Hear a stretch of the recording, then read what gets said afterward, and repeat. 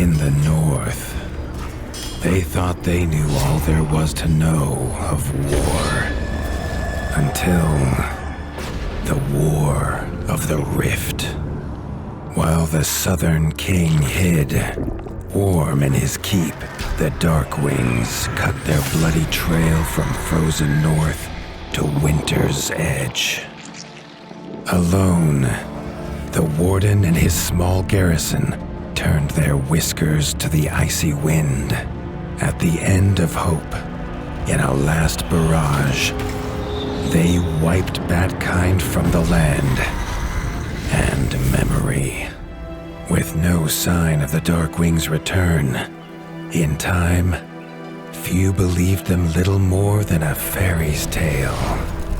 But at Mount Cauldron, time had been all they needed. An old enemy claws free of their icy tomb and hungers for vengeance. But not all is lost. King Rattus brings north a cause for hope.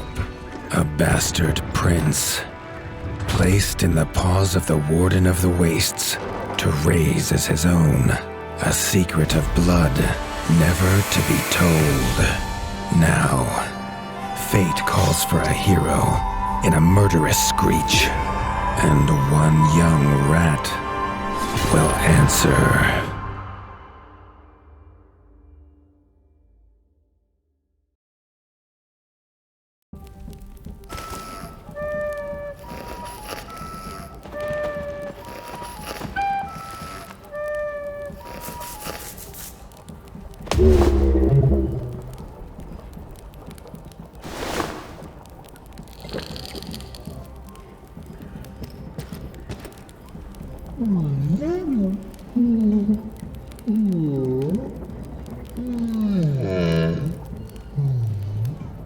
The stomp of his father's boots on the stair was how every morning began for Arlo. The booming shout to ready himself was louder still, but such was Lord Eivor's zeal at a new day. Dawn was breaking over winter's edge, and Arlo was yet to miss one.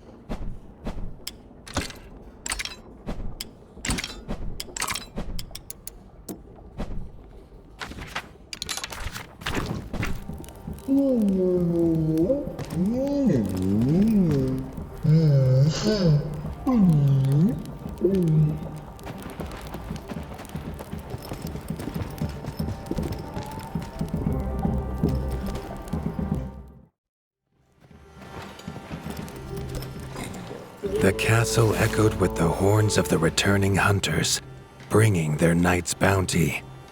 Arlo's little heart quickened to hear it. The only thrill to be found inside the high walls was a hunter's tales of what lay beyond them.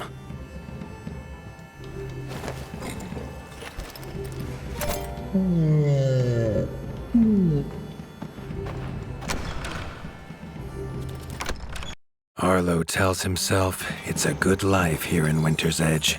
The bustling of contented rat folk, the crisp mountain air, and without the endless scourge of frogs the southerners suffer. Why should he want for more?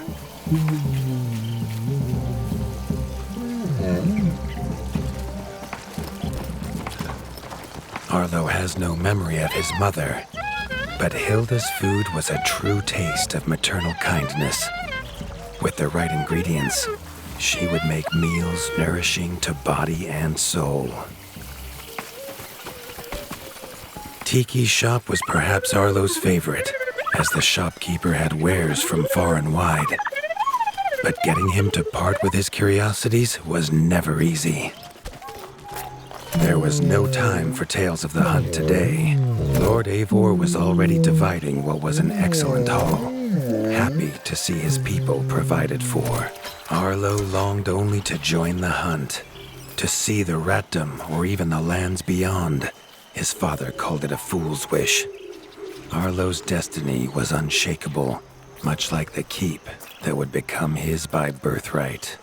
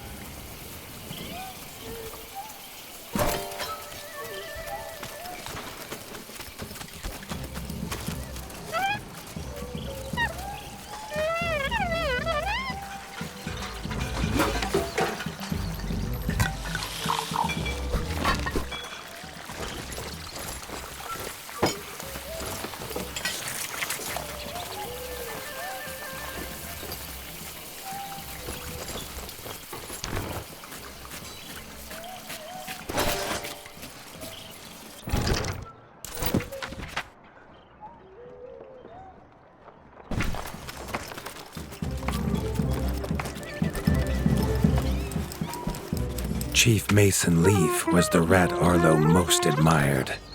As younger brother to Lord Eivor, his carefree uncle never faced the burden of being Warden of the Wastes.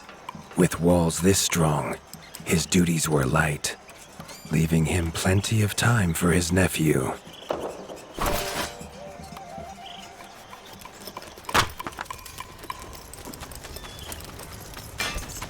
Crunk was a rat's rat, with no interests beyond his forge. If you have the parts, this Mastercraft's rat can make armor and weapons that would see off a sky scorcher bite, or so he claims. Arlo wondered how well they'd do against something that wasn't a myth.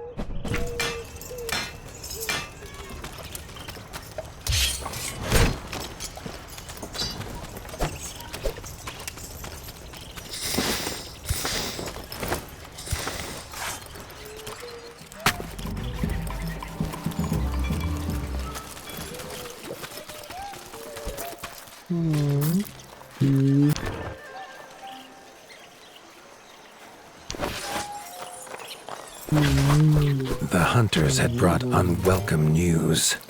A family of the reviled creatures ratfolk called backstabbers had moved into the wastes. Eivor told his son to fetch his weapons.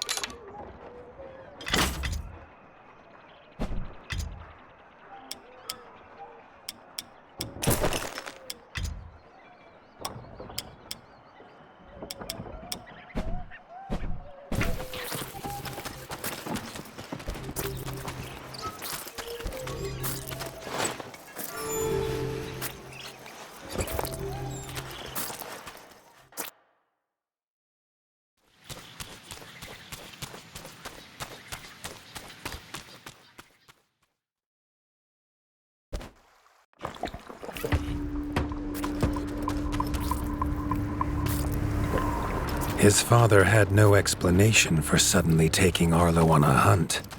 It even gave the hunters pause. Arlo had been taught to fight, and better than most. But rarely had he been tested. He was determined to prove himself.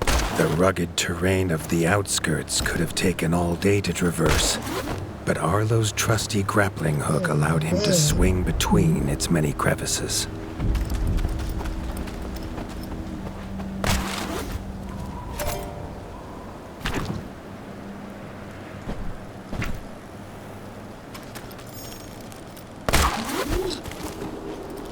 Arlo liked the feel of a sharp axe cutting through the vines. The wilds were part of his home, and nothing in them would frighten him.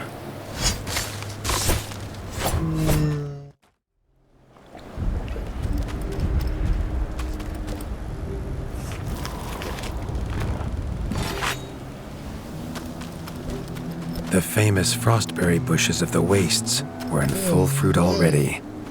Their juice made a healthy tonic, though Lord Eivor preferred them fermented.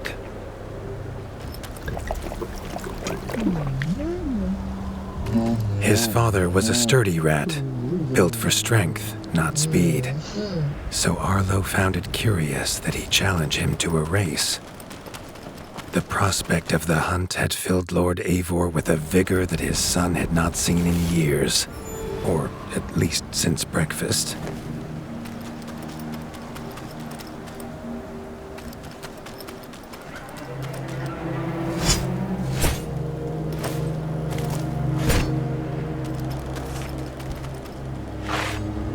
A warden fights the hardest battles, he told Arlo, and needs the sharpest blade. With that, Eivor gifted Arlo his own sharpening whetstone.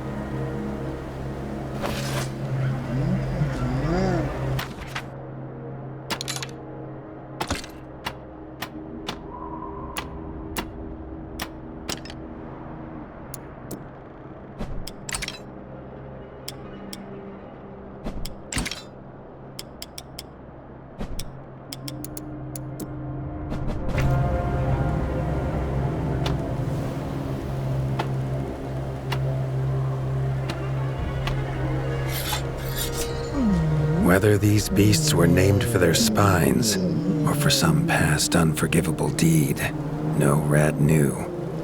Either way, Arlo was about to find himself at the pointy ends of this brood. Even young backstabber red attacks were brutal, but a well-timed dodge would see Arlo escape unscathed.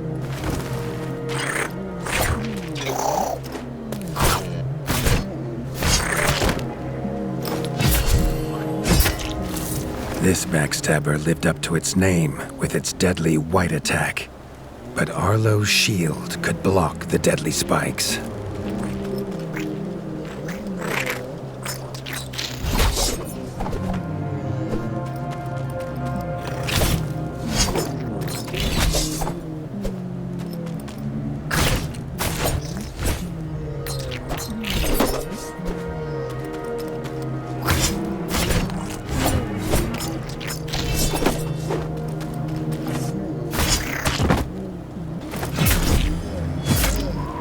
This young one used vicious yellow attacks. Arlo had to time his parries perfectly.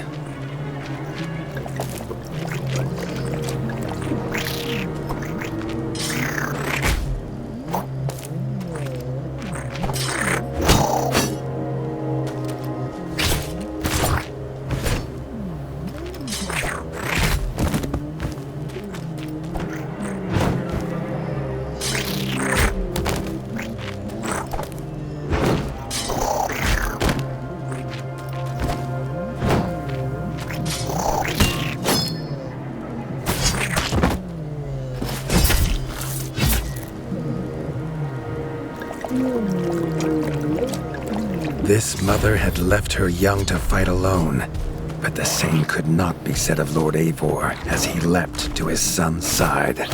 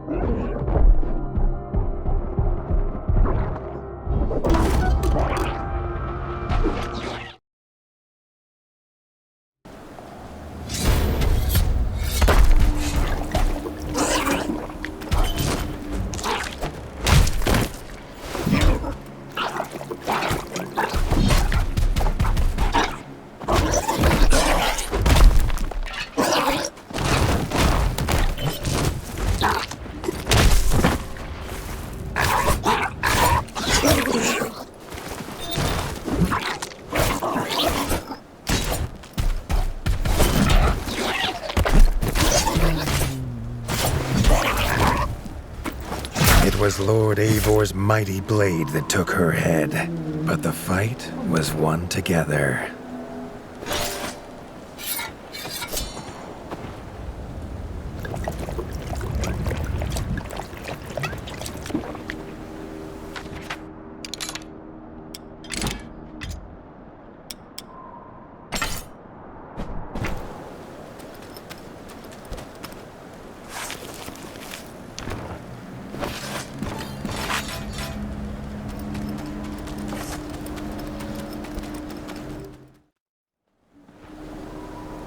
Arlo basked in his father's pride, almost as warm as at the fire inside Winter's Edge.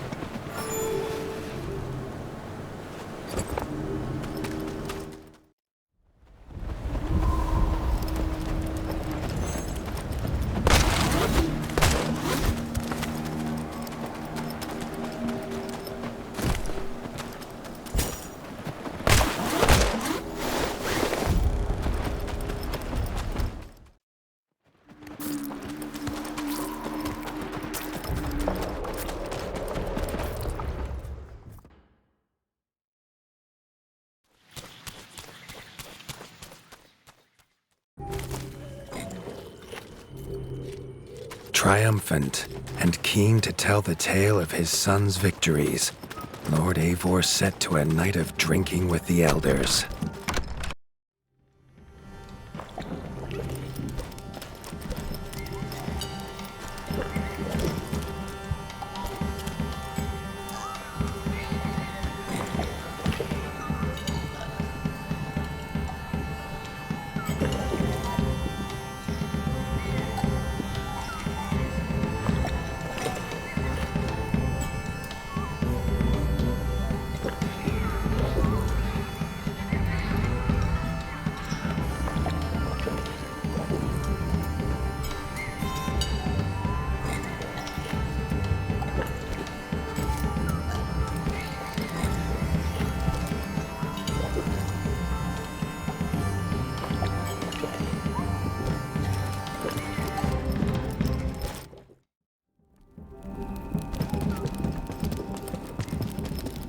Arlo was reluctant to return to his bed, wondering how long he must wait to hunt again.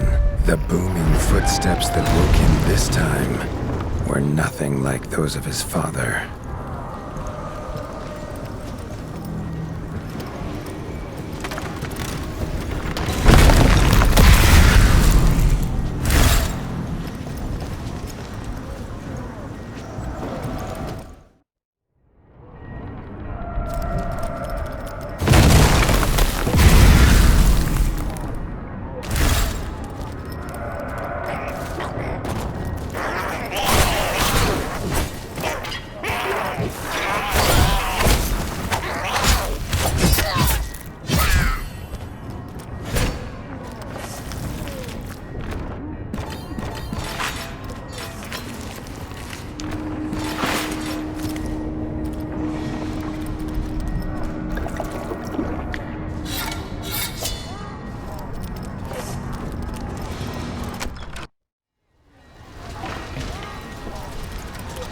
Found his father. The warden stood alone, holding back a whole Darkwing army, their cruel Count Kazakh leading them. His father charged, but the Darkwing Count was as fast as he was strong. The Winter's crown tumbled to Arlo's feet, now without a head to rest on. There was no time to grieve his father, as from above the Count revealed his greatest weapon, a sky scorcher. Not a fairy's tale, but an undead beast whose very breath could level kingdoms. And its eye was trained on Arlo. All that came next was a fog of bloodlust, snapping jaws, and the beating of leathery wings. But there could be no victory. Arlo awoke, groggy and warm to his father's shouts. Only he wasn't in bed. The warmth was from the fire that had engulfed Winter's Edge, and the shouts were his uncle's. The only other survivor of the Darkwing attack, Leaf was bruised and his hind paws barely steady. He'd seen villagers flee to the outskirts. Arlo knew it was up to him to make them safe.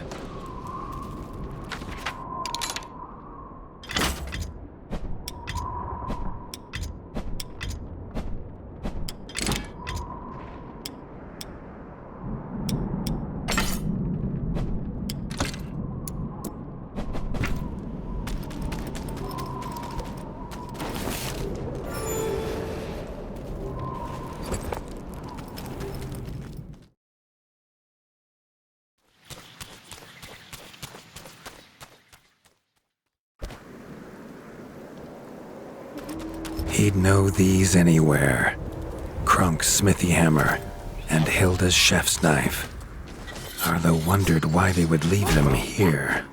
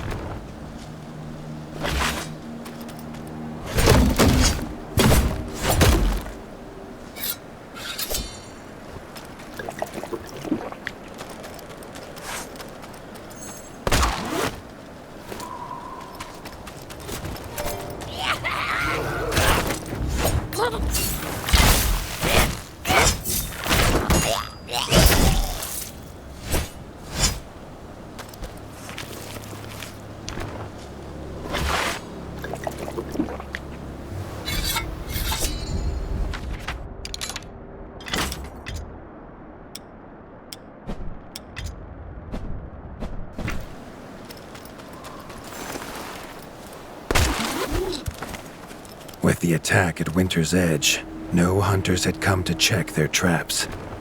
Arlo thought he might find a use for them.